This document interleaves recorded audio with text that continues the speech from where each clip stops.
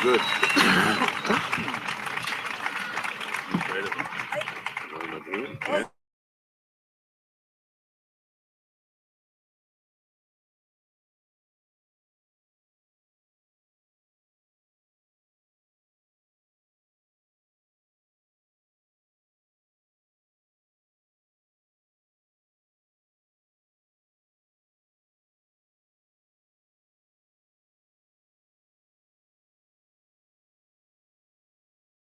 Tutto in inglese, lo sapete. Siamo qui per custodire la rabbia e per soprattutto coltivare la speranza. Siamo qui per fare un esercizio collettivo di Unpacking Israel, Unpacking Palestine. È il progetto che abbiamo in mente questa sera, con 4 persone che ci accompagneranno in un percorso. Bruno Latour, philosopher and anthropologist, spent his life insisting that we must learn to compose the common word, not to represent it, not to interpret it, but to compose it, to gather the evidence, to assemble the testimonies, to make visible the connections that power works to keep separate. He understood that knowledge is never a neutral observation, for it's a practice of careful composition.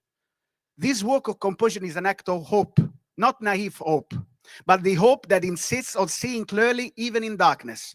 The hope that refuses to accept that things must remain as they are. We compose tonight to transform. We gather evidence to make justice possible. We make visible to allow, finally, the possibility of peace built on truth.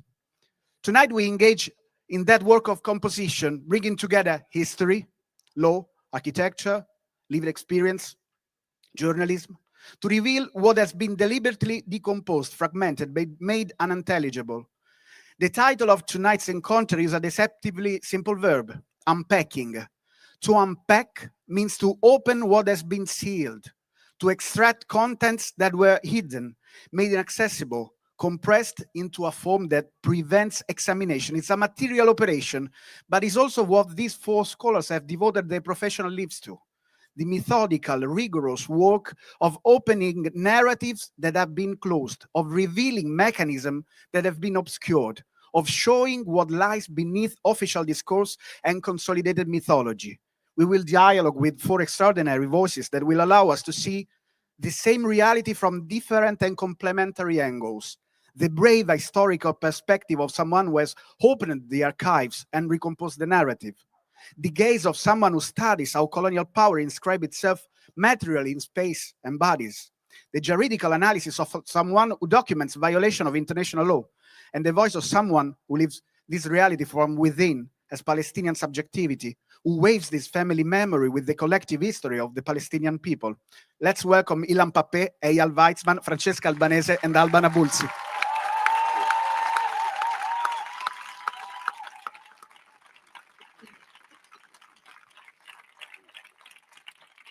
Let's start with Professor Ilan Pappè, an Israeli historian, professor at the University of Exeter's College of Social Science and International Studies, where he directs the European Center for Palestine Studies and co-directs the Exeter Center for Ethnopolitical Studies.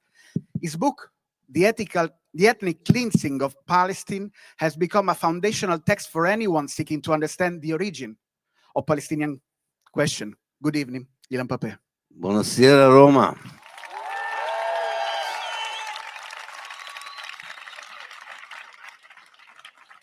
Your last book, La fine di Israele, Fazzi, editore, is full of optimism, but not in the sense of naive hope, optimism. Optimism in the etymological meaning from Latin optare, to choose. You choose, you imagine a future Palestine that integrates both Palestinians and Israeli Jews, built by new generations. Let's start this conversation from this perspective. Let's begin from the future. How can we cultivate and expand our imagination? First of all, it's great to see you all here. And thank you for attending. And thank you for the organizer of inviting me with such incredible friends and colleagues. I think it was Gramsci who said that you cannot have a revolution without an imagination. And I think it's very important for us in this very dark moment when we are trying to think about tomorrow or the day after tomorrow, and we don't want to be naive about tomorrow and the day after tomorrow. We want to be realistic, knowing the balance of power, knowing our limitations, knowing the evil machine that continues to work. And despite the millions who demonstrated yesterday in Italy, we know that to stop the machine of destruction, of genocide, ethnic cleansing, will not happen in a day. Unfortunately, I don't even think it will happen in a year. But we have to think strategically and emotionally about what will happen a bit later. This is not an easy navigation for a person. You want to do all you can to stop the genocide today, but you also want to think whether there is a light at the end of this dark tunnel, whether there is something good that will come out of this terrible evil, whether there is, and now I'm talking as an historian, whether there is a connection between particular brutality of a colonizer and the end of colonialism. Because I look at the history of the fall and the disintegration of rogue regimes, of apartheid regimes, of colonialist regimes, and I realize that in the last moments, these were the most brutal moments of these regimes. So I'm trying, first of all, to say to myself, is this a similar case? And the first answer I gave to myself, yes, I think it is. This is not great news that I can bring to the people of Gaza tomorrow, but this is something that I hope brings hope for Palestine as a whole. Secondly, I do think that we need to be ready for an acceleration of historical processes. And that's where imagination becomes constructive, not just helpful emotionally. History teaches me that processes that integrate a project like Zionism or bring the downfall of an apartheid regime, at first are quite slow and not always very visible. But there's a moment that they start to accelerate. And when you're not ready for that moment, the disintegration can turn into chaos, into more violence, as we have seen in the case of the disintegration of Syria. So I do think that this is also very important to imagine the moment not only of the fall of the Zionist project, inshallah, but also for the thinking of how do we fill the vacuum? Because who else would fill the vacuum if not the Palestinian liberation movement? And I draw a lot of courage, and my most important informants, if you want, are young Palestinians who I meet, who I read, who I listen to, and from their discussions about the future, I build my imagination of what kind of post-Israel Palestine they would like to live in. And this is such a refreshing dialogue and thinking given the present reality of Palestinian politics, the disunity, the corruption in some places, the inability to represent properly a liberation movement. But there is another liberation movement, the Young Palestinian Liberation Movement.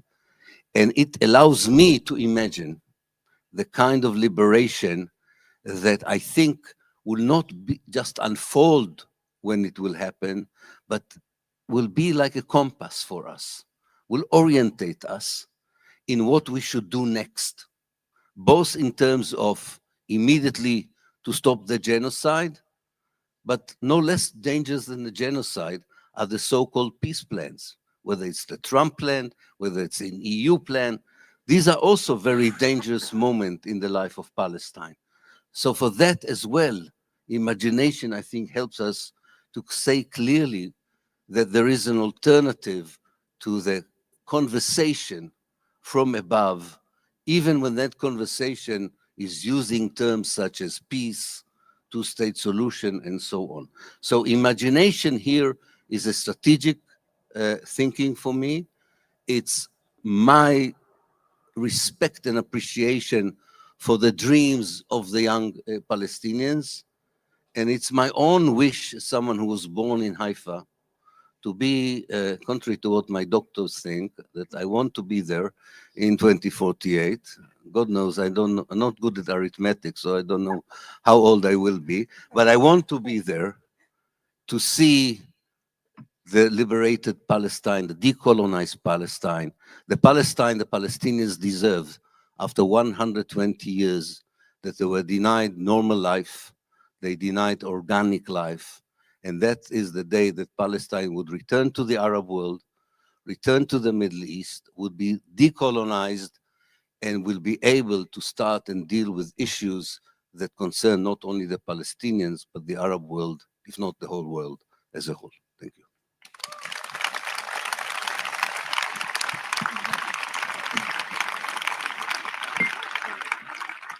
Thank you, Ilan Pappè.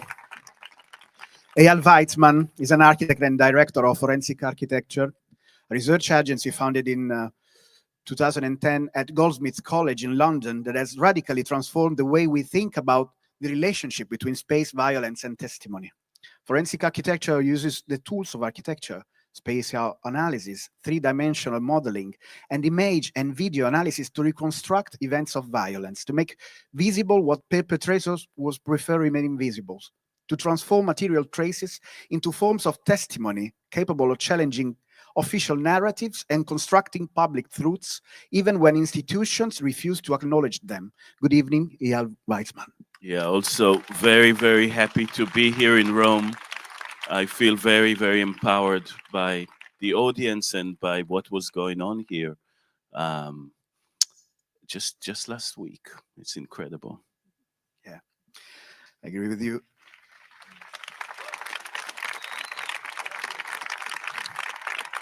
I would love to start from a quote. Edward Said wrote on Jadalia that geography may be the art of war, but can also be the art of resistance. If there is a counter map and a counter strategy.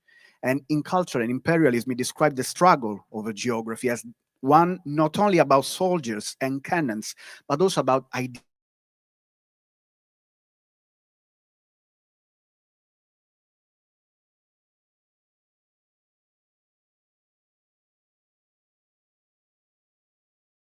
tell us how forensic architecture responds to Said's call for counter-cartography?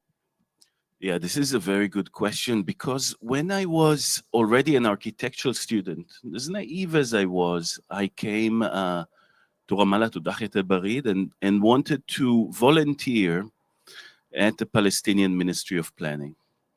And, you know, I had very little skills at the time to draw. The ministry was then, it was the early Oslo years. It was many Norwegian planners, Palestinian planners, etc. I came there with my privilege as an Israeli citizen, although I was already in London at the time. And they said, rather than draw plans here, what we need from you is to go to Israeli archives and get us the plans. Israel has, you know, during the Oslo Accord, provided those fragments, those islands of territory, very compromised, humiliating form of self-control, of autonomy at the time. There were no aerial images, there were no maps, there was, and they were denied. You imagine that you receive, as compromised as it is, an island of territory, but you're not allowed to see it in a map.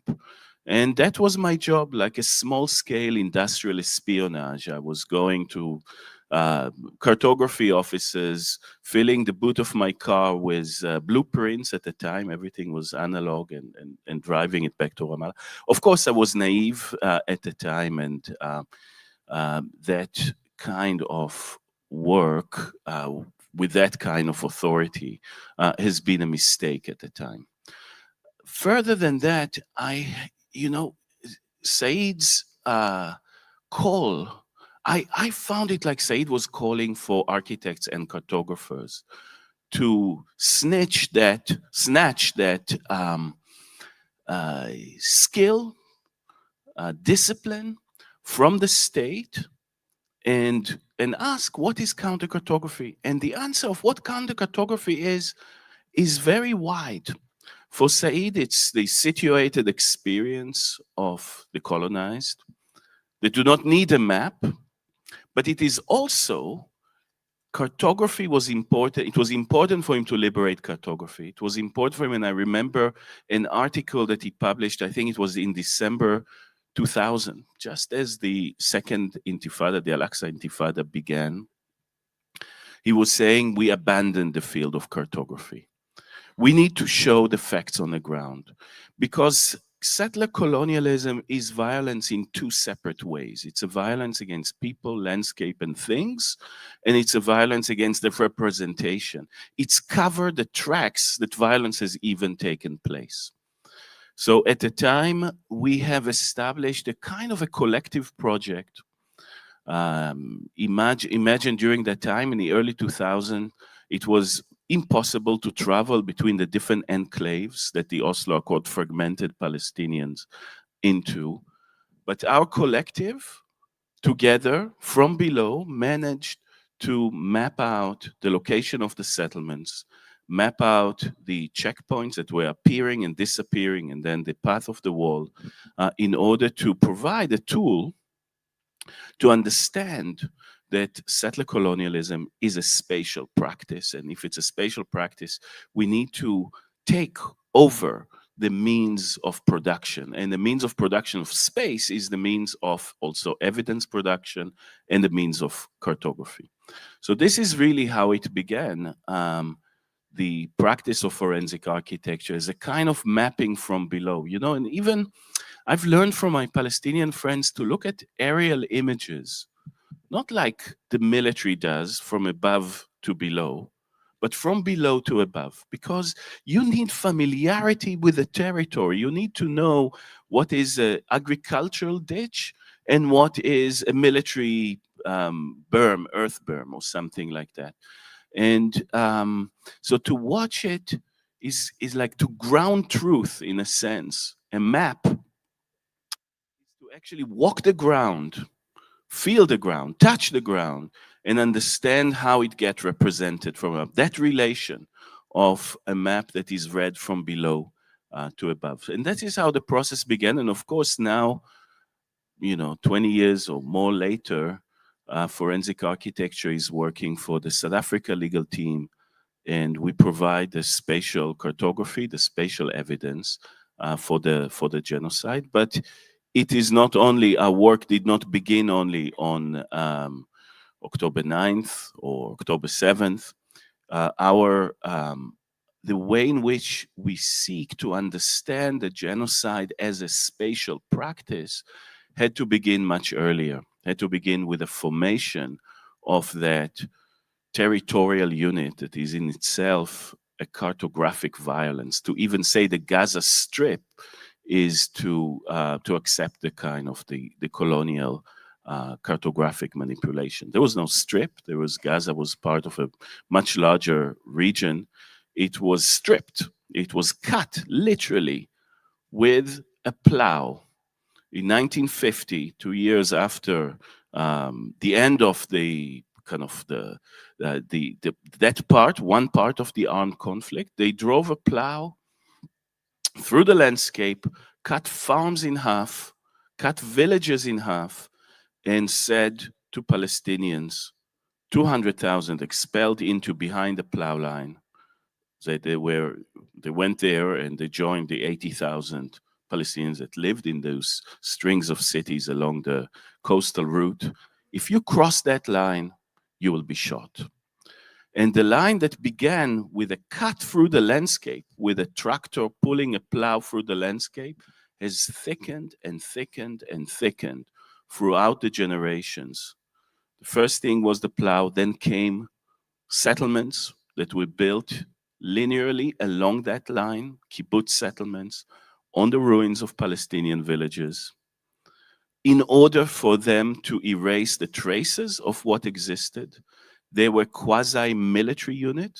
It's called Nahal. It's a kind of a military civilian type of settlement, or a kind of a military agrarian settlement. Behind them, another line of settlements, the Moshav settlements, and then development town for the so-called Arab Jews that were brought in, that were not trusted to be in the front line with the Palestinians. All that you can see by analyzing space. You need to look at the transformation of the landscape as having a narrative of its own. Ilan was speaking about history. For me, I read the history of the materialization of the terrain. And I read politics through it. And also, when we speak later, the future for it. Thank you.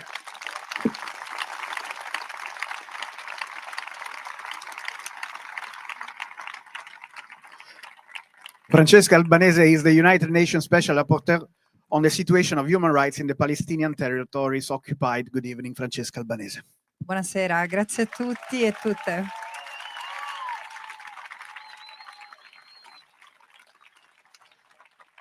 Francesca Albanese, why do you say that the genocide begins on October 9? Yeah, I don't even know if it's really correct to say that it started on October 9, but if we have to take the law into account and situate it in a precise moment, this is what we have agreed it to be. But we need to understand the genocide as the destruction, the intention to destroy, the determination to biologically and physically, because this is how genocide is understood. There are cultural elements that are not encompassed in the way genocide is positivized in the Genocide Convention. So the determination of destroy a people as such, in total or in part. This is the definition of genocide through a number of acts of killing, creation of conditions of life calculated to destroy, which means destroying all the hospitals, destroying livelihoods, causing people distress and leaving them homeless, 2 million people homeless. These are the conditions of life calculated to destroy, and inflicting severe bodily or mental harm, which is this destruction of in its entirety, but also torturing people. Something that is buzzing inside me is that we need to shed light on how torture, physical and psychological torture, is in itself an act of genocide that has been perpetrated against the Palestinian collective body, the Palestinian as a people, and then the bodies themselves, doctors, journalists, some of them raped to death, and this is documented even if it's not acknowledged, and the creation of a situation where births are prevented or the taking of kids. These are the acts of genocide. But, you know, genocide is it's not an act. Genocide is a process. So it's, as a lawyer, yes, I need to draw a line.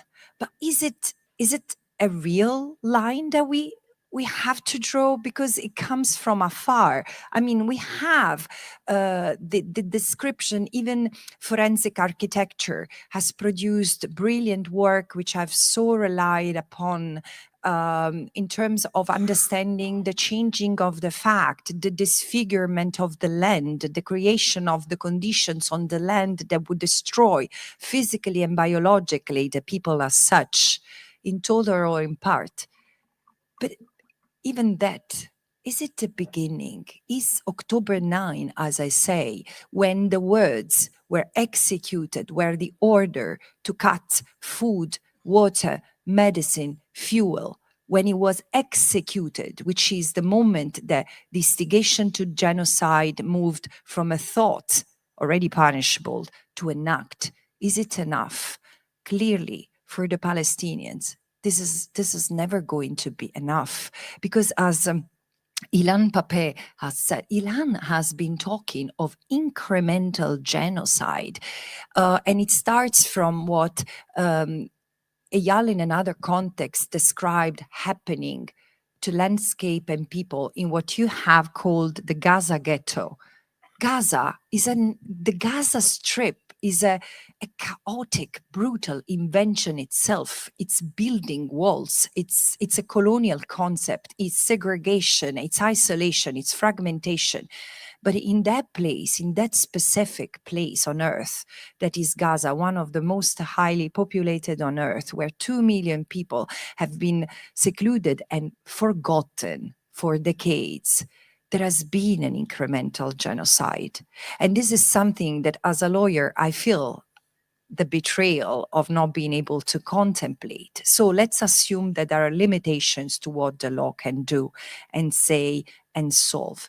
But however, the reason why I do refer to the 9th of October is that, first of all, there is a need to recognize that legally, it's genocide being a process, something that has prodromes, as acts that have enabled the violence to become fully destructive. It was there, and it's like, I often say, it's like if genocide, as it's understood legally, it was the dormant gene of settler colonialism, the settler colonialism that Israel has meant for the Palestinians, taking the land, displacing the people, dispossessing them, erasing their history, replacing them, not just physically, not just economically, exploiting what is left, but also erasing their history, their identity, stealing their identity. And so there is a moment, there is the 9th of October against Gaza, where we have an acceleration of history. At the same time, the reason why I insist on the importance of the 9th of October is also that we need to deflate the focus for the Palestinians on October 7. Because it's the October 7, and it's not just rhetoric, it's not me trying to be hypocritical and trying to shift the attention. It's just that the struggle of the Palestinians for their own existence and resistance, like olive trees, Does nothing, it's life, it's nothing to do with weapons, but the existence, their existence of their land, it's something they've been fighting for 100 years. And it would be unfair to the Palestinians to put so much emphasis and so much weight on October 7, which is a loaded, an extremely loaded moment in history. Yes, what it triggered the acceleration, so much blood, so much pain. But the point is that that event, whatever it has triggered, and its horror, and also the acceleration of history, is a moment that has changed life for the Palestinian. I often say, and this is something that we do not understand in this part of the world, where we are so arrogant. We talk about people we don't even know. And this is why sometimes I'm upset and I leave studios. I'm sorry. I know it's not gracious. I know it's not my habit to be ungracious, but I'm tired. I'm tired of the voices of Gaza and Palestinians, not just in Palestine, but Palestinians here. A people, and this is, Rania, I'm so glad you're here, because you are the one who gave me this beautiful concept and the understanding behind it. A people is like a body. You chop a limb and the entire body suffers. And this is the thing, the Palestinian diaspora, the Palestinians we have here in this country. I'm so glad and privileged to have Alba, my dear friend and soul sister and sister in light, here tonight, because there is so much attention to them. We are discomforted by their rage. We almost don't want them to express themselves. But hey, coming from south of Italy, when we lose someone, we cry, we scream at funeral. We have not allowed the Palestinians to scream. And this is our problem. This reflects upon very badly upon us. But we shouldn't be scared. We shouldn't be scared of their rage. Because eventually the history of these people, a people who have been bleeding for 100 years and who have given so much as they were bleeding in terms of history, in terms of research, in terms of intellect, in terms of knowledge, is so much that this is why I'm telling you, probably fellow Italians, isn't it about the time to pause and see what's happening in history, that Palestine is really an apocalypse, not just as destruction, but as the etymology of this word, if we are allowed to make use of our brilliant Greek studies, is to remember that apocalypse is also revelation. And today Palestine is putting ourselves in front of a mirror and is telling us who we are as people, as organization, as governments, as states, as individuals. And as an Italian, as a European, I feel obliged to pause and to say, I don't want to make the same mistakes of my grandfathers, wherever they were, collective grandfathers. We need to be better. We need to be better. We need to stop the genocide. We need to stop this genocide. We need to stop the apartheid and the occupation. This is why I don't think that we can afford again to say or hear that the law is, or the law is valid to a point. No, the law is valid, full stop.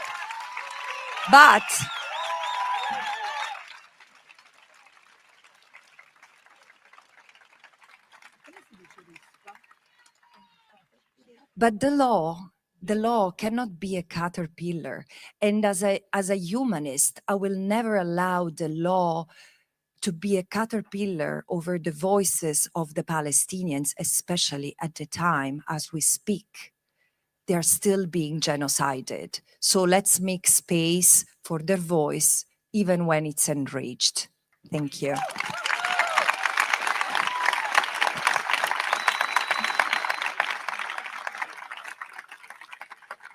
Thank you. Francesca Albanese. Alba Nabusi is a journalist, educator, and researcher. She founded Zaituna Collective in Padova, through which she promotes Palestinian culture. Her book, Palestinian Lexicon, Lessico Palestinese, It's being published by Le Plurali and is available here in preview. Let's make some noise for Lessico Palestinese. This is the first presentation, yes. And it seeks to build a post-colonial Palestinian and gendered understanding of the recent war against Gaza. And through 10 words, the body emerges as the connecting thread of a narratives that does not merely document, but seek to humanize, to restore dignity and memory to those who have been brutally erased from history. In a world where the narrative of power continues to override that of oppressed people, it is the body that, through his resistance, offered the key to reading the deepest truth. And good evening, Alba Nabusi.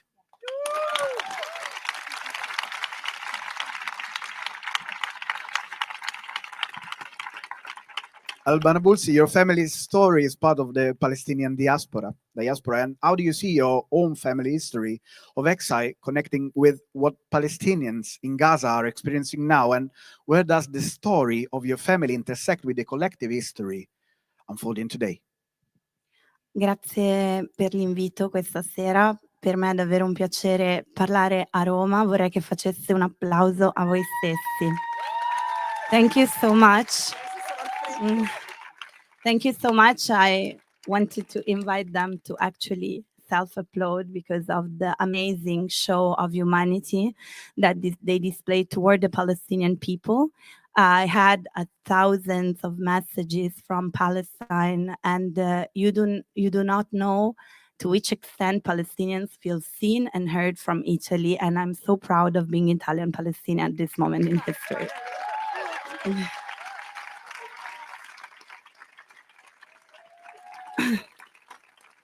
And to answer your question, it was just recently that I actually put together those two halves of my history, because even when we look at TV, right, you know something about it, we know to which extent it is hard for me as a second generation, so to say, Italian and Palestinian, to watch the news of my own country, to listen to the ministers and representatives, not mine, of this government that has been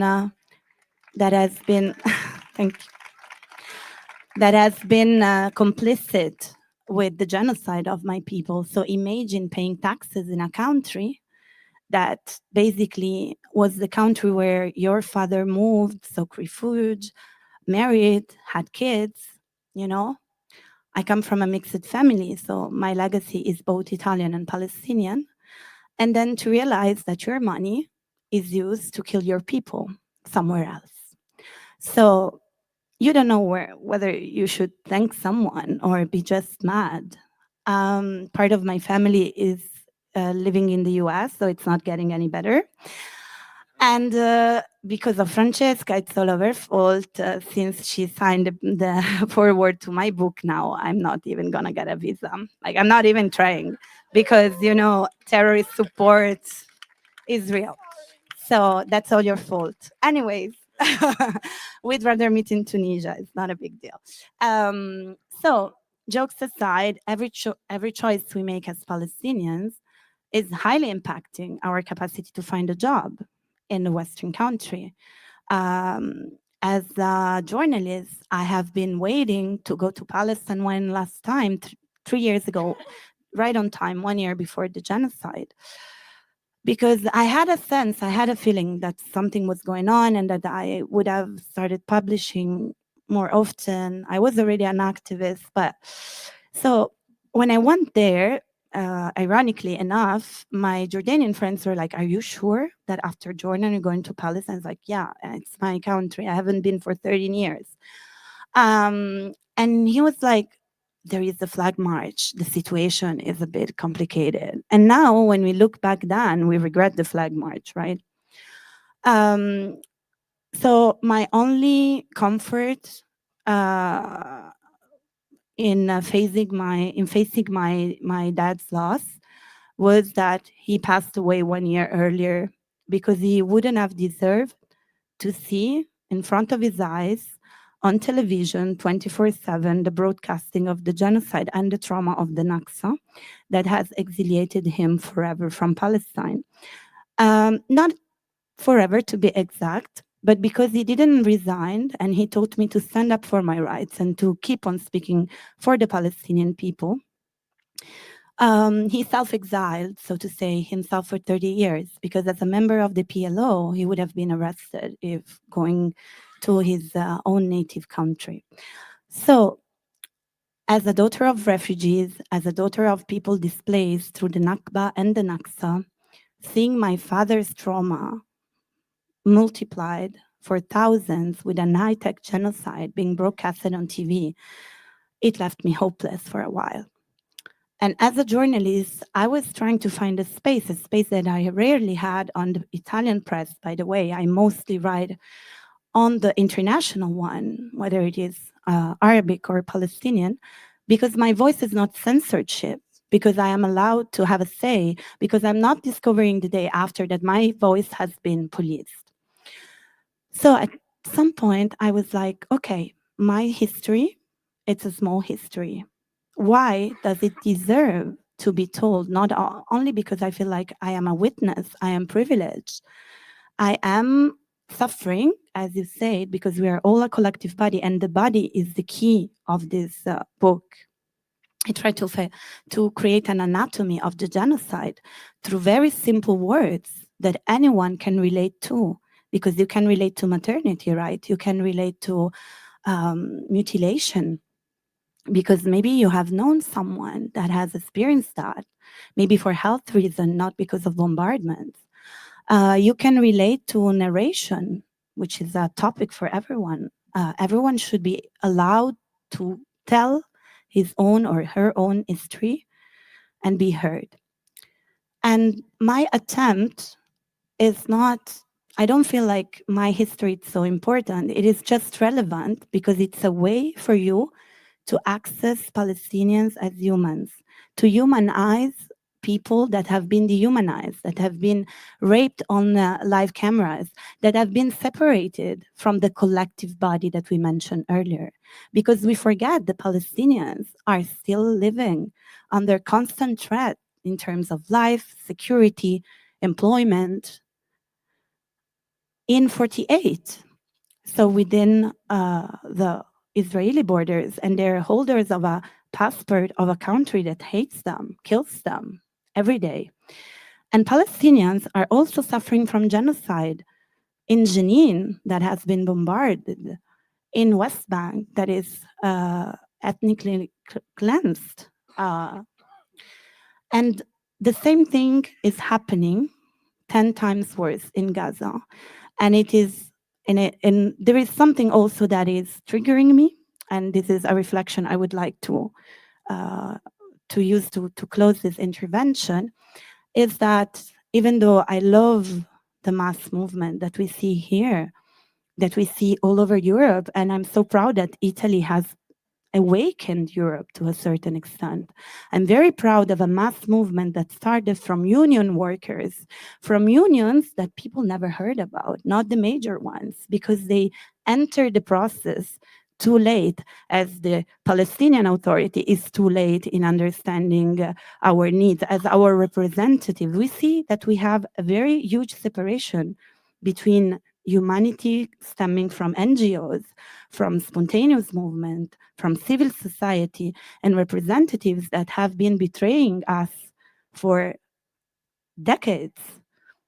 So when we think about our history, our right to tell tales, and on the other hand, we see that this mass movement has been deployed only after an international flotilla moved to Palestine, we have to ask ourselves a few questions.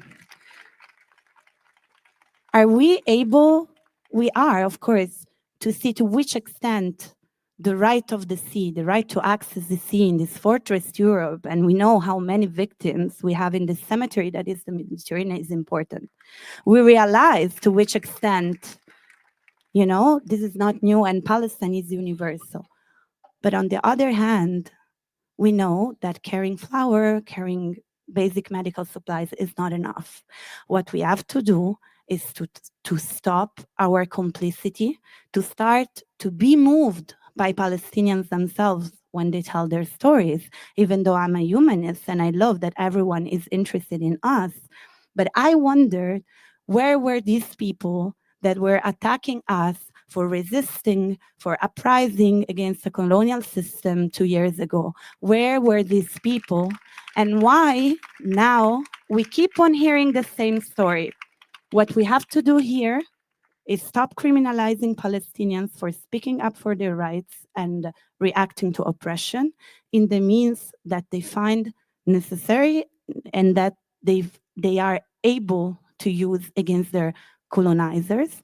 And on the other hand, we have to ask our governments once and for all to stop the material complicity through arms sale, through import and export from Israel. I don't want to see an avocado coming from Israel anymore in our supermarkets.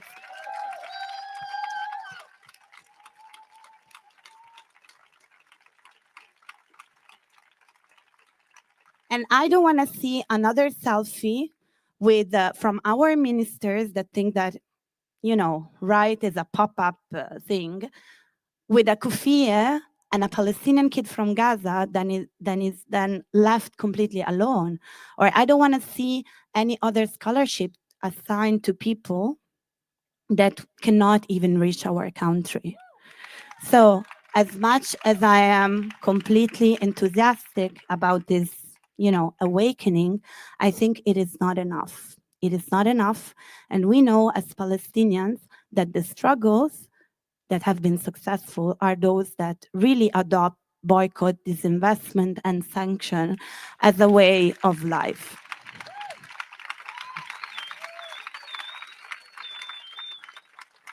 And I'm finished. All I want to say is that all these dynamics that is bringing up old stories, such as the two states or other, you know, Oslo nostalgia dramas, we have heard enough of it. This is not our problem.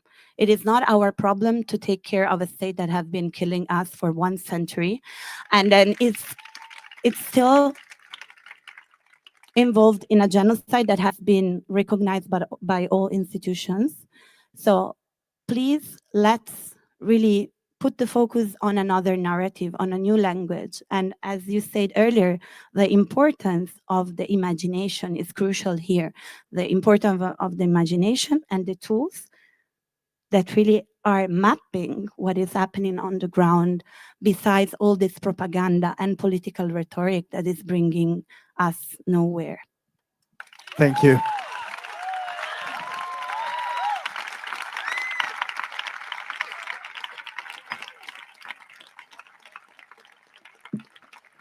Thank you, Alba, Nabusi. Ilan Pappè, in your new book, you describe a deepening fracture within Israel Jewish society between what you call the state of Israel and the state of Judea.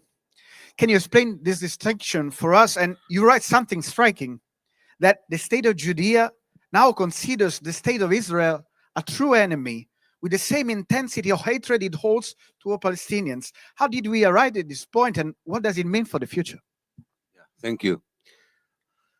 The Zionist project from the very beginning was a settler colonial project, which means its main impulse was to take over a country outside of Europe and to eliminate the native people who live there. It's not exceptional. This was done to the indigenous people of North America, Australia, and Canada. Zionism was a bit different because of its historical timing, because of its very complicated relationship with Europe, but from a Palestinian perspective, it was facing a political, ideological, economic, and military movement that saw the dispossession of the Palestinians from Palestine as a precondition for the success of building, I would say, a European Jewish state in the midst of the Arab world, in the midst of the Muslim world, at the expense of Palestine and the Palestinians.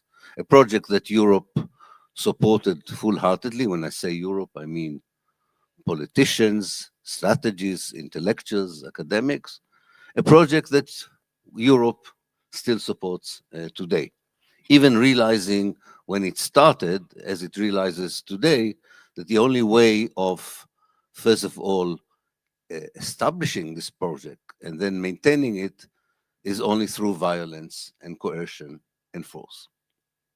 So in this respect, at whatever stage in history I look at Zionism, or later at the State of Israel, I should say, and that's important, that generally speaking, whoever was in power, whatever was the ethos of the place, whoever led the ideological orientation of this place, they shared the same perspective of the Palestinians as being the obstacle, the main obstacle for their success, and never had any hesitation about the means of achieving this. However, there are nuances in this project of elimination.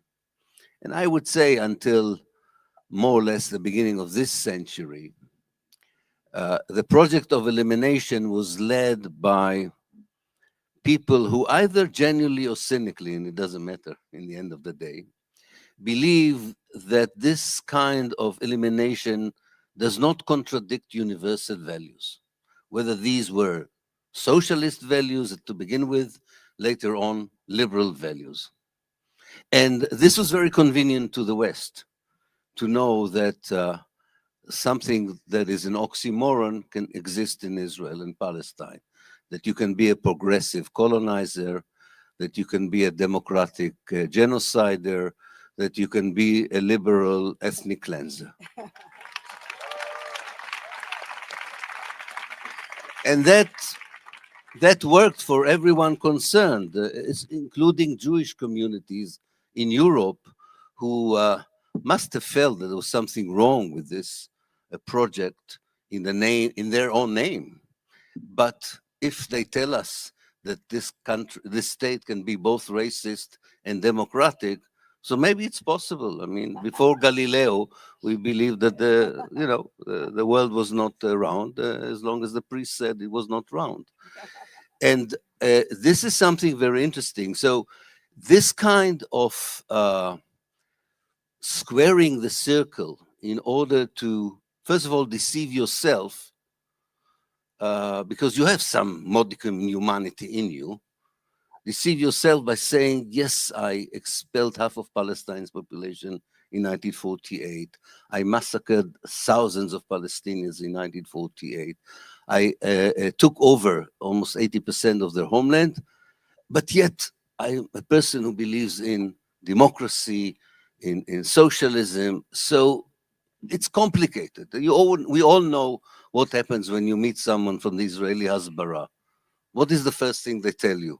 It's very complicated. It's very complicated, and only we, the Israelis, understand. You will never understand what goes on there.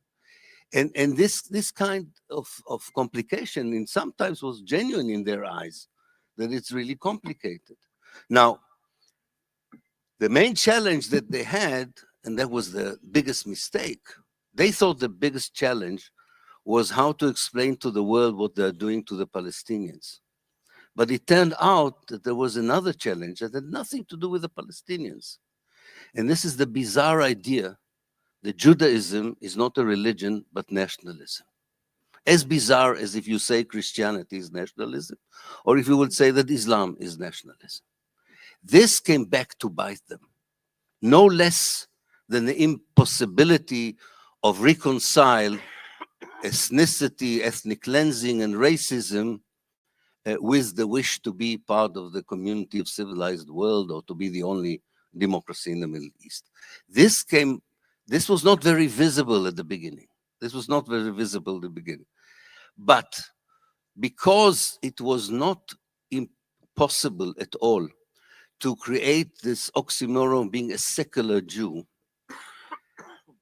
a lot of people, especially people who came from the Arab world, Jews who came from the Arab world, were more traditional.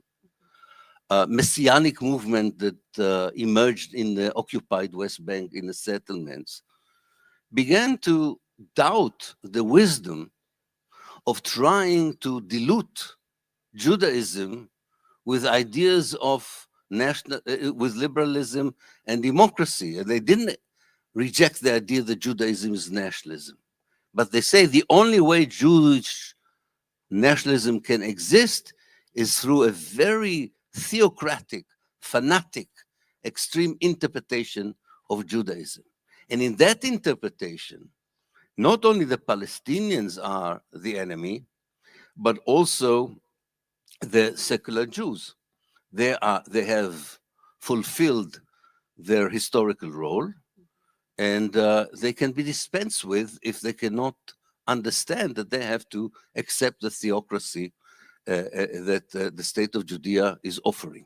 I call it the state of Judea because it was born in the West Bank, but it's not, geographically, it's not only there. Unfortunately, a second generation of North African Jews, a third generation sometimes, and some kind of the base of the Likud party, they're all part of this kind of idea that we can dispense with deceiving ourselves and we don't need to reconcile our interpretation of fanatic messianic Zionism with ideas of democracy, pluralism, and liberalism. Now they are a very dominant force. They took over politics. They took over the army, the secret service. They are about to take over the judicial system. Yes, there is some fight left in what I call the old state of Israel, where you can see these mass demonstrations, which some people in the West mistook as for demonstrations against the genocide, which they are not at all. But they are against imposing the state of Judea on the state of Israel. But I don't think they will succeed. First of all, many of them have left. The state of Israel elite is leaving. A good reason to be optimistic in the one hand, but also to fear very much the near future. Because these messianic Zionists, with the help of this opportunistic populist prime minister, are really danger not just for the Palestinians. They constitute danger for the Lebanese, the Syrians, the Jordanians, the Iranians. So on the one hand, you say, okay, this implosion from within weakens the Zionist project and explains why people like me think that there are these extensive fractures in the building that is called Israel. But on the other hand, as I said before this building collapses, it displays this horrible, horrific kind of behavior. So yes, we have this internal struggle. I think it is a potential for an implosion from within that can really weaken the state of Israel considerably.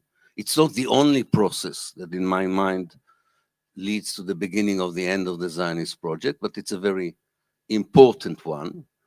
And as I said before, this is something to watch, even as a counter conversation. And I think both you and Francesca mentioned it. This whole conversation that of the day after that is now following, you know, whether it's the Trump proposal or any other conversation, the conversation that we have to have is not about the two-state solution. It is about the end of Israel, because this is something that we should be, and this is a challenge. It is a challenge. When people say to me, so you don't think that Israel has the right to exist? So my answer is always, how many states have the right to exist in your mind? I don't know that many. But so that is not the issue. The issue is not the existence of the state. The issue is to dismantle a regime that is based on racism, apartheid, genocide, and ethnic cleansing, and allow the indigenous native people of Palestine to build an alternative to that kind of regime. And this is not the state of Israel, and it's not the state of Judea. That is probably the state of post-Israel Palestine. And And yes, you need to imagine. I mean, one of the things, and with this I would end, I think I want to explain this. I think it's very important. Sometimes our personal stories are very important for understanding the global picture. We're human beings as well as, not all academics are human beings, but some of us are, definitely those who are here. So for me, it was very important to ask myself, as someone who is an Israeli Jew, do I have the same imagination of the kind of country I want to live in, like my Palestinian friends? For me, this was very, very important. So I sat for many years recording what my Palestinian friends, luckily I have very few Jewish friends in Israel, so it was easy. Sitting with them, especially with, I have to admit, especially with the 48 Arabs, because that's my milieu. But later when I moved to England with a lot of Palestinians for the diaspora, and I saw that we are sharing the same pictures in our eyes, in our imagination. We see the replace of the name of streets in Israel back to names, Palestinian names that were there before 48. We imagine refugees coming back and rebuilding destroyed villages. We imagine tearing down buildings like the one we have in Haifa, which is a huge high-rise building built instead of the Saraya, the beautiful center of old Haifa, the Ministry of Interior, which is built by a shape of like a rocket. They claim it's a shape of a ship, but I think, and I imagine in the book that we're all sitting there and watching the demolition of that house, and we are cheering because we think that this is the end of a period. This is the kind of solidarity. It's not taking over the Palestinian struggle. It's feeling the solidarity to its deepest level of hope, imagination. And I'm not the only Jew who lives now in historical Palestine who feels like this. And that gives me hope. Because people, I don't think the Palestinians would not benefit from the fact that some Jews would stay in post-Israel Palestine. That's important. And in the book, I explain to my grandchildren, fictional me, why so many of our Jewish friends decided to leave after Palestine was liberated. And I tell them about all the white people who left South Africa when apartheid fell. And I say because they didn't want to live without the privilege of an apartheid state. But that's not a good enough reason not to bring down the apartheid state. Thank you. Thank you. Questo è il momento in cui Francesca Albanese abbandona lo studio. L'avete già vista questa scena?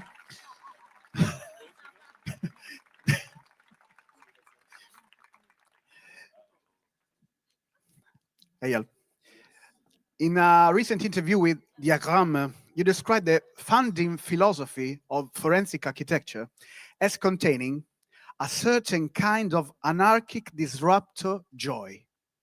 Could you tell us more about this? What does disruptor joy looks like in practice, and especially in these hard times and in that hard times? How do we cultivate it? How do we maintain that anarchic spirit? So yeah, this is a good question. It's going to have to take us somewhere in a slightly different space than this conversation. You know, you take two terms, forensics, which is a kind of a state practice, the way in which the state surveys and classifies and, you know, locate its subject, and you take another horrible profession, architecture, which is probably one of the most corrupt professions in a way that it has always to deal with power. And then added to that, you know, being an Israeli born person. But I think putting those together, putting forensics and architecture together, kind of unsettles both processes. Because architecture, rather than the kind of top-down imposition of a vision, could also be a way of imagining of how one lives together, of how one works together. Architecture in a way where it meets forensics, builds communities. So what we call counter-forensics is exactly the opposite of the expert that is working from the outside and arbitrating on exactly what happened, that kind of neutral, disinterested party. For us, the task, like I mentioned before, like cartography is a collective practice of people that live and experience the land. And that kind of practice has to work together. So a map brings together a community of experiences, the multiple perspectives that go into it, and is actually drawing what it is that you're seeing. So forensic architecture is not only about, the counter-forensic part of this. It's not always like we take a state practice and we give it back to the people, or we confront state with. We do it very differently. We insist that we work together with the communities that ask for us, for our services.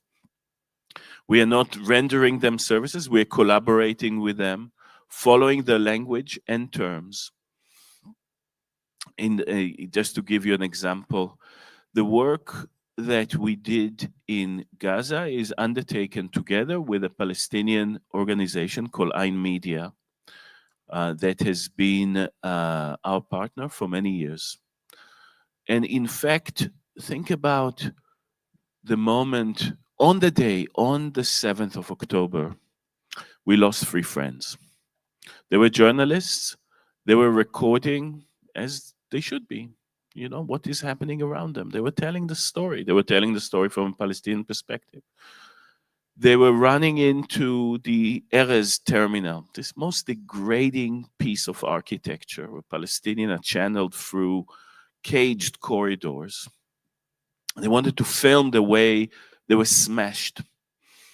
The biometric kind of facial recognition system was smashed. So they were in that moment, and they lost their lives while documenting. When in the immediate weeks, what we did was really trying to find our friends. People on the ground were looking for them amongst, on the ground, in hospitals, seeing if they may have arrived at an emergency room.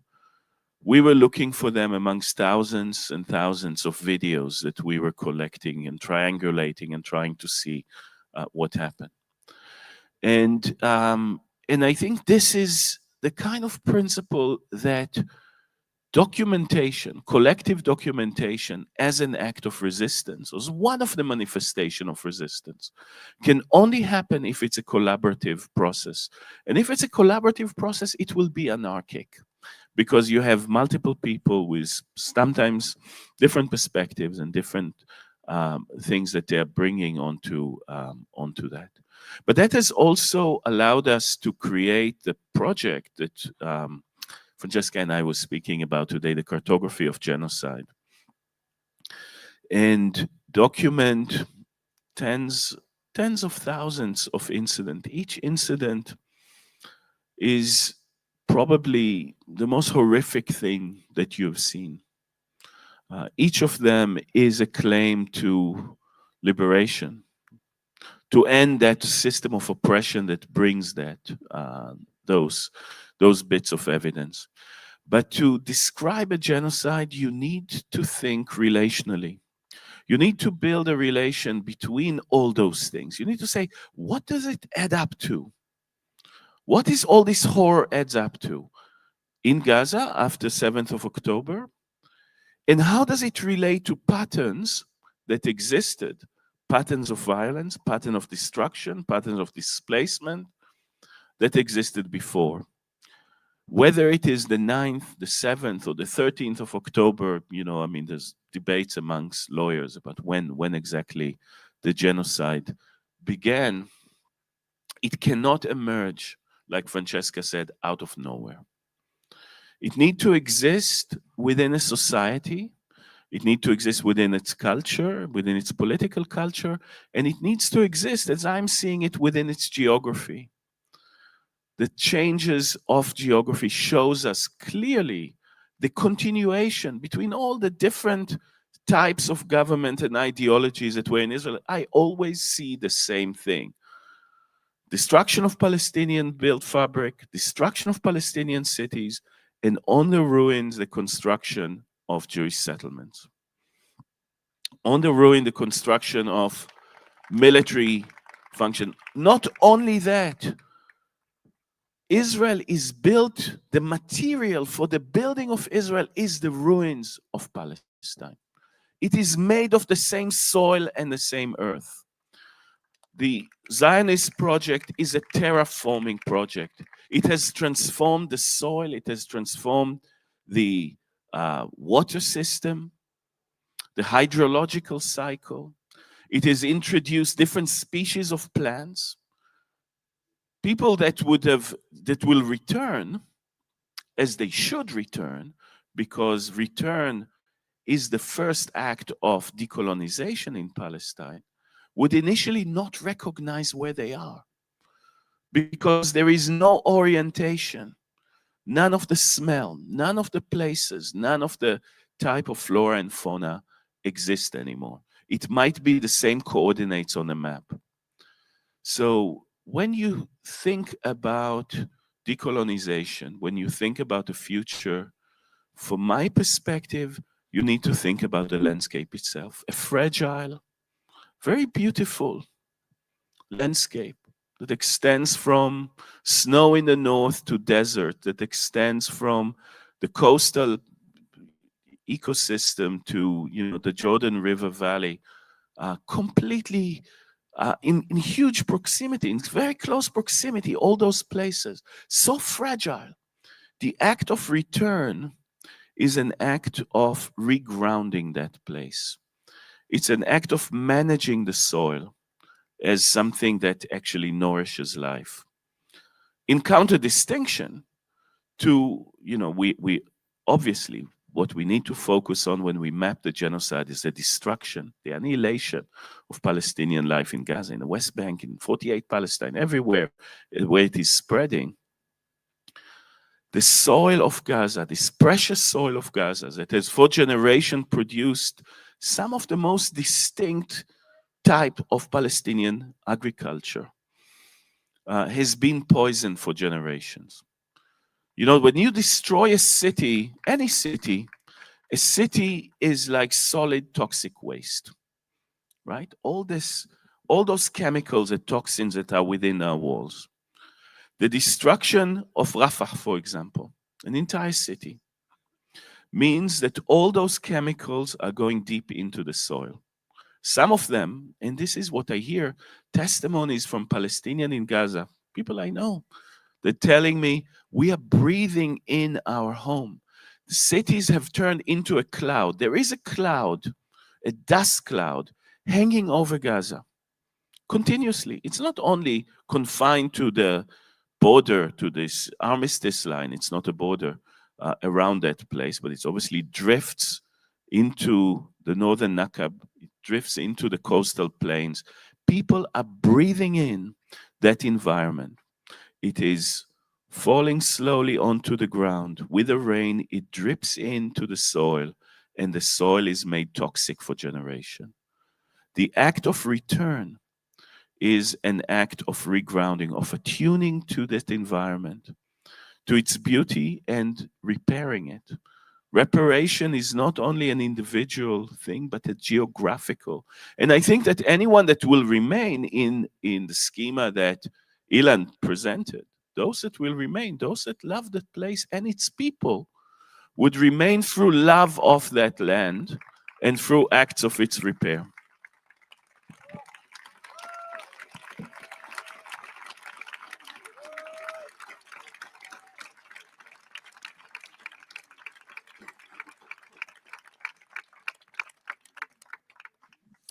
Alba and Bulsi, I have to choose between two questions. I don't know. Maybe both of them. Okay for you. The first one is, Any form of reconstruction that comes from outside and does not have Palestinian society and Palestinian architects leading it, building in the way they deem appropriate, will be another means of control. It will be the continuation of genocide by other means. How do we ensure that what comes after this destruction is not simply another form of occupation? This is the first one. Wow. And the second one, it's completely different. I'd like to ask you to deepen this beautiful passage from your book. The concept of qadr, destiny, intertwines with that of mehtub, what is written, according to a conception of life that links an inscrutable predestination with forms of free will, our actions, virtuous behaviors, and the maintenance of faith in the future, inshallah, can indeed modify certain paths. Okay, so I'll try. I'm a bit ADHD, so I'll Me too. ask you to help me with that. I've got a diagnosis. So, first of all, yeah, talking about the future, as the best ones have it, right, in the family. Anyways, first of all, for sure, no Palestinian is involved in the reconstruction, so-called plan of Gaza. This is the first topic that needs to be addressed.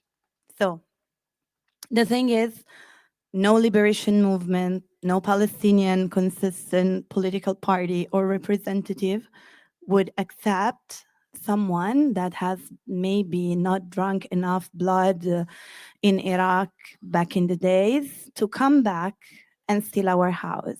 Not only because Tony Blair already stole one in Jerusalem. I don't know if you are aware. So this makes him technically a colonizer, like very consistently.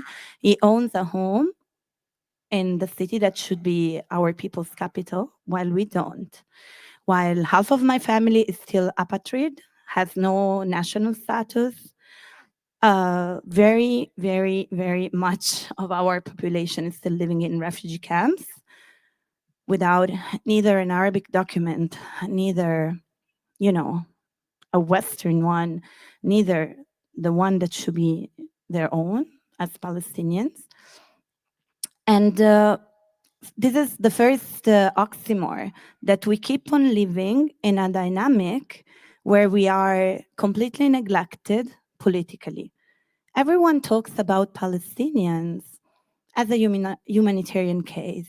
Of course, there are some humanitarian implication in a genocide, in colonialism, in refugee camps, but we weren't born as such. Like, as you, Eyal, mentioned earlier, the space is a social construct. Without, what makes it a living space, it is actually the social interactions that happen there.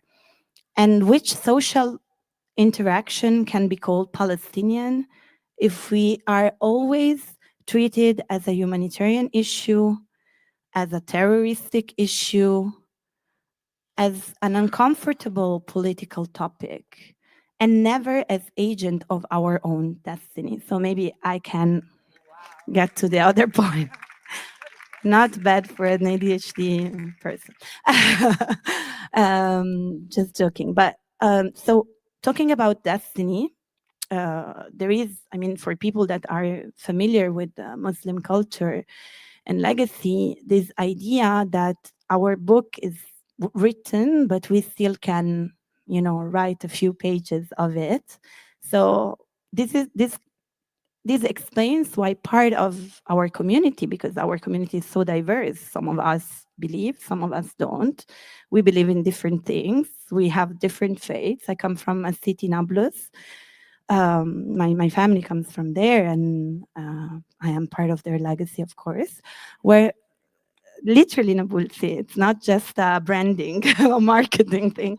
So literally in my dad's hometown, Jewish communities that are Palestinian live there and have been always respected and protected by the local population, and also they get along pretty well. They also participate whenever a martyr is killed in our funerals and so on. We have Christians, we have churches in the city center of Nablus, we have masjids, of course, But something that I really appreciated about, even though I was raised in pretty secular family and mixed belief families, what I really appreciated is this idea that we can sometimes relax, that we don't control everything. We have to accept, to mourn, but to accept, which the people of Gaza are really teaching a philosophical lesson to the world in the way they practice sumud day after day, with resilience, with accepting of their fate, but without losing hope. The moment they have a good news, they have maybe the hope that not really a end of the world, but just, a small ceasefire is happening. They put on dabke, they dance. Israelis, that like part of the Israeli society is so shocked that we keep on having babies, like, oh my God, we starved them and they still have kids, like as if this livelihood that is stemming from Palestinians is something really unbearable. And sometimes I look at these videos on Instagram, on socials and so on, where people literally skate through the ruins, they dabke. The moment they can have a bag of aid, they cook for the neighbors and so on. So recalling a famous poem, "We teach life," is actually true. They do teach us life, and everything that is happening now, even in the news, should be about them. What can we learn from Palestinian voices? What even I can learn as a privileged person that is, most probably waking up tomorrow in her own bed in a safe country, And what can we learn? By this capacity of both accepting your fate without resigning to a destiny that has been imposed upon you by foreign dominations. And what was very interesting in what both Eyal and Ilan said earlier is that our capacity of redesigning the space, of reimagining the political spectrum is very critical here. When people don't understand why us, and me specifically as a Palestinian, we're not happy about this idea of recognizing a Palestinian state, because a Palestinian state without the ownership of the land, without the ownership of the resources, without the ownership of the gas, with a corrupted elite that is not representing any of our interests, that is shooting at our journalists as much as our occupiers are, in exchange of what? Ruling two neighborhoods, not even that. Like, we are subjected to an authority that is not protecting our own population, that is not acting in favor of its own interests. So we don't give up about a statehood that is built on the leftover dream of a nightmare that was Oslo. And if we had a doubt, if we had a doubt a few decades ago in a different scenario, now we have none. We have none. We have no nostalgia. We don't have nationalist dreams. We want to live as indigenous people ruling on indigenous land.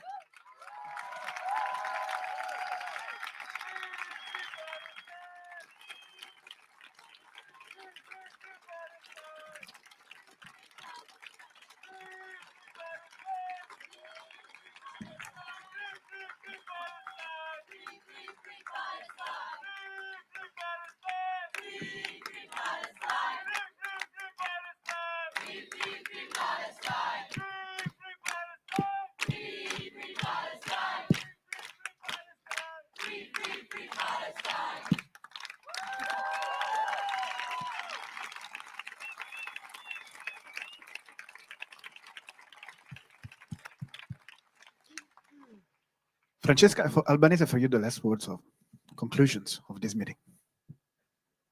Since I came back. Yes.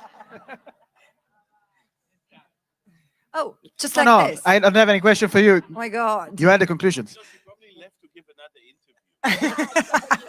Yeah, I had an interview, but yes, the toilet. Oh my God, can you please ask a question? Sure. Yeah, thanks. It's been a long 2 years. Francesca, Albanese.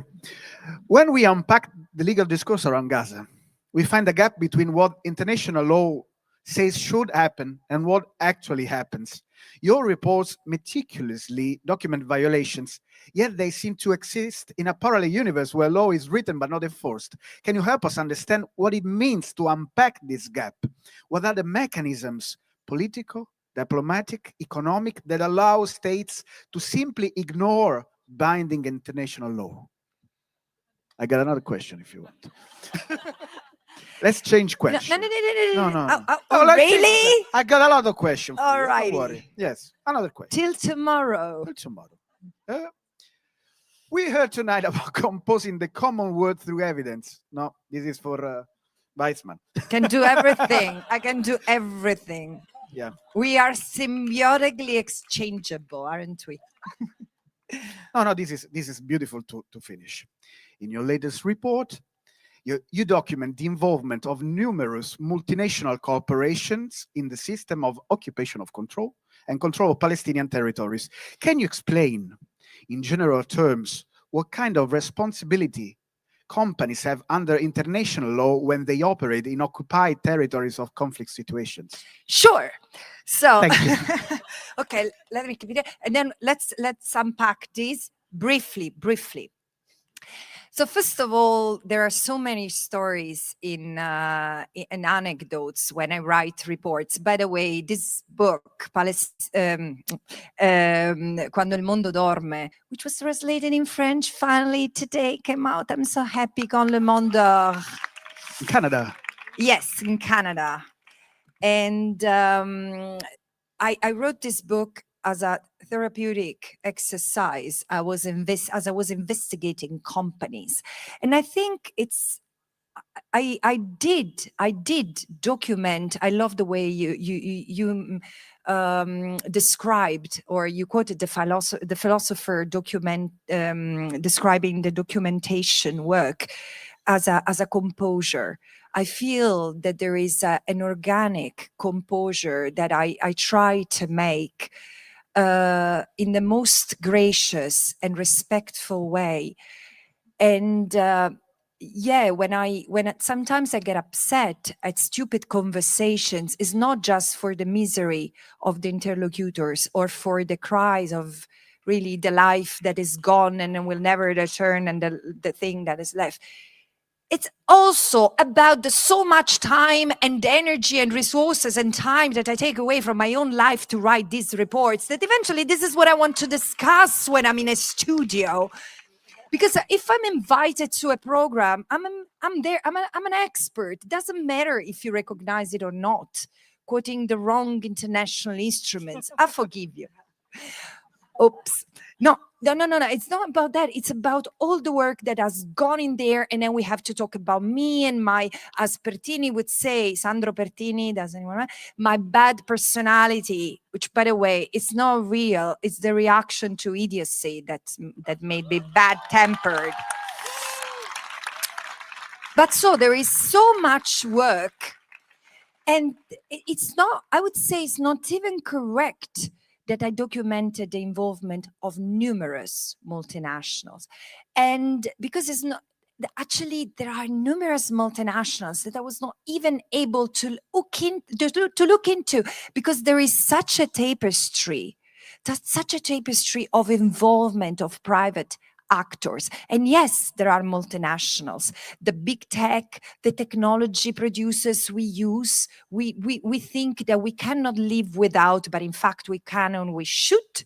But it's also the arms manufacturers, heavy machinery productions, tourist industry, Airbnb and Booking.com. Can we live without it? Of course we can, and we can still travel as our parents used to do. Universities, banks, pension funds. This is the thing. If I attracted your attention to the private entities I mentioned, the 48 private entities I mentioned in the report, I would have failed.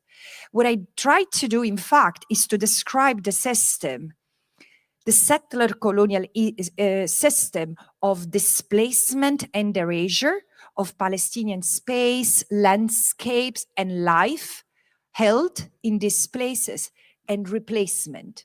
This is what Israel's occupation has done. Welcome back, Habibi. This is what you had the same interview, right?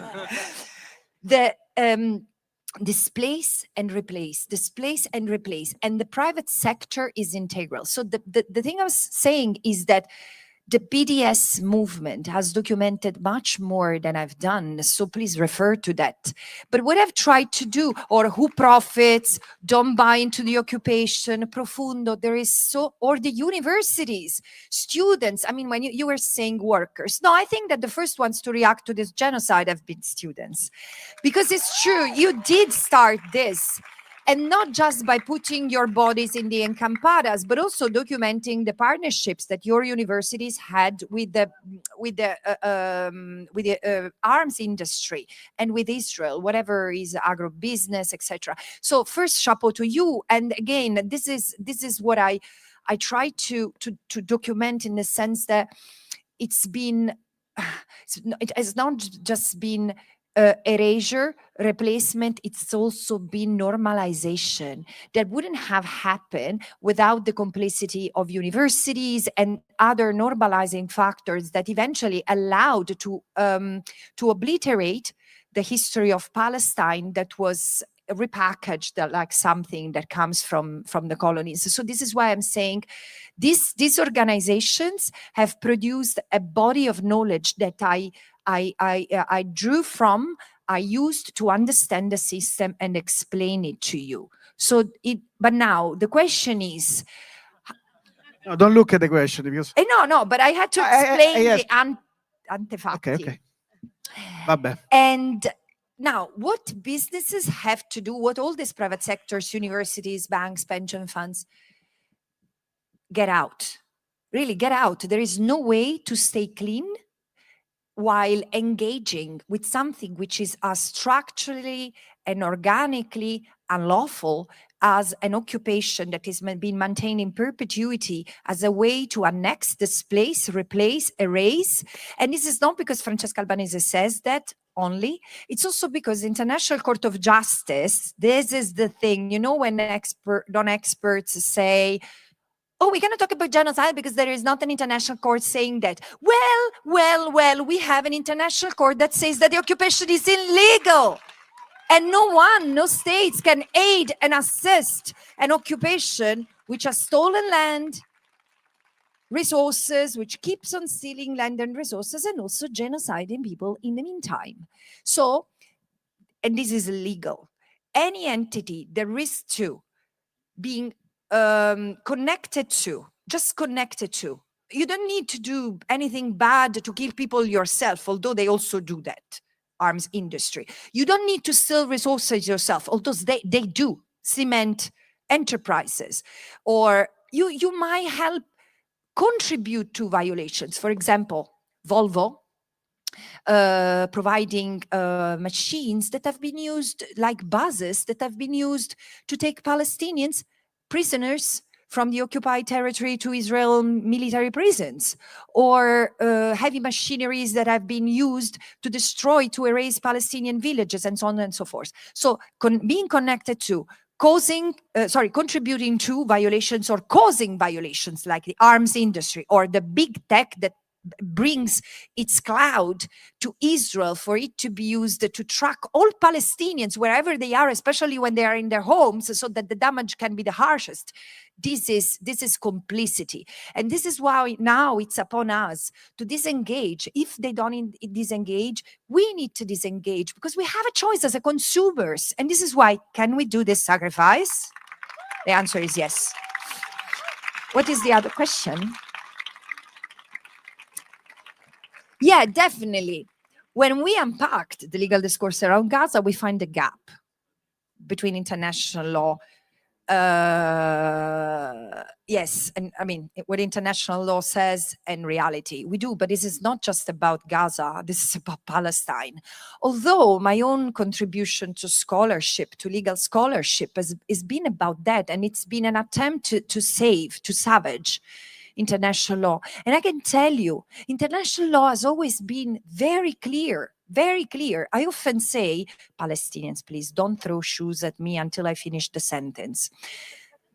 The right to return is not enshrined in Resolution 194. Resolution 194 is not about the right to return. But because, look, the right to, I mean, what is claimed to be the right to return is Article 11. If it was so prominent in the resolution, it would be Article 1, right? 2, 3, 4, 5, blah, blah, blah. That Resolution 194 is a roadmap to peace with possibilities and choices for the Palestinians, and return was one. And the reason why the resolution is written in this way is because it's based on the law as it stood back then, which said that civilians should not be displaced, and peace could not be considered until and unless those who could be displaced, meaning combatants, military forces, were allowed to go back. So necessarily civilians had not to be displaced in the first place and had to be returned. This is the first thing. And the other thing is that already back then, since 1927, there was this principle enshrined in international law that something that has been unlawfully taken must be returned. This was the law at the time. It was already customary law. And this is why the right to return is reproduced the way it was in Resolution 194. So why I'm going back to Adam and Eve, because it's still very current for the Palestinians, and because the tale of international law is a tale of betrayal. The law was there and has been violated through and through because of complicity, because of ideology, because of racism, because of dehumanization. But we cannot afford this to become even the tale of today. So, today, and I conclude with that. What are the means that we have? The political means. This I will conclude with this. Diplomatic means. Oh my God, I'll skip it because there is nothing we can get out of there. I mean, this is my bread and butter. And and economic, I mentioned, there is states must cut ties with Israel. We need to ban the made in Israel from our lands. Europe, it was disgraceful that Europe 15, 16 years ago entered an association agreement that made for 150 million Europeans partners, the most important economic partners of Israel, but we cannot continue today. It was a disgrace years ago, now it's criminal. So we need to cut that agreement.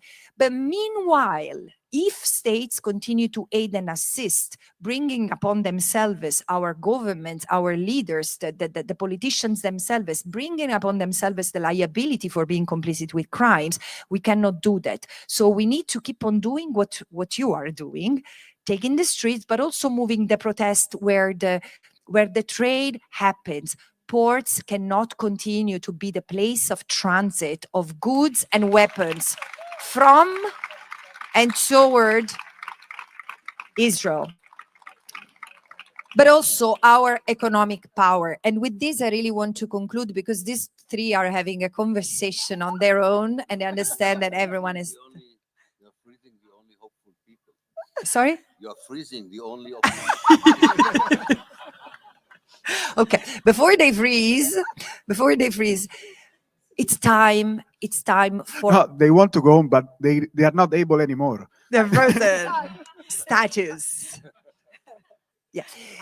It's time for ethical choices. This is what I'm saying. Palestine is also teaching us, Palestine is also teaching us to be better, to liberate. It's lovely. There have been people sending me these banners in Italy. We wanted to save Palestine, and Palestine is saving us. This is the revenge for white saviorism. And it's beautiful because we understood that we are connected to Palestine, not just through complicity, but because of our fragility. This generation understands Palestine better because rights are no longer guaranteed, they are not acquired. So we are all precarious in our own lives. And there is a system that is made Palestine and Palestinians victims of a genocide and us disposable human beings that if we don't serve capitalist forces, we can rot. And this is why I think there is a beauty of resistance and intersectionality of the struggles. But for Palestine, just if we bring Palestine back to the center, today we need to observe and obey to the moral imperative of ethical choices. I say, again, states have to cut ties, impose sanctions, take countermeasures. Businesses have to divest, and individuals have to boycott. So look at our grocery, look at our bank accounts for those who have one. Check everything everything needs to be safe. Ethical choices at every step. And this is who we are, Italy, beautiful.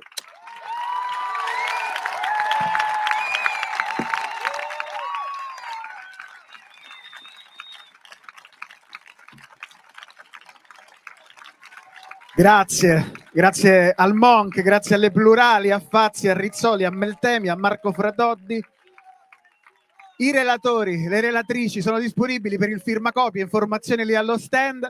Eyal Weizman, Ilan Pappè, Alba Nabusi, Francesca Albanese. E Andrea Colamedici. Buonanotte e buone lotte.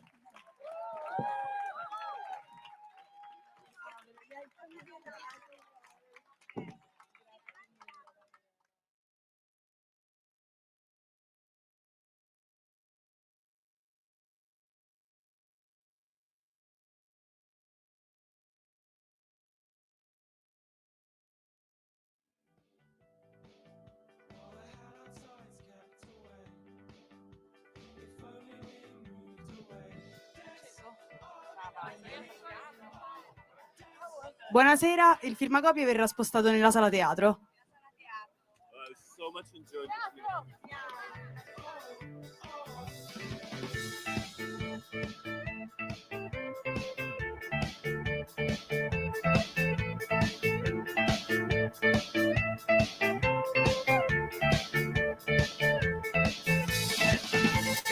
Last vacation was the same. We could move away.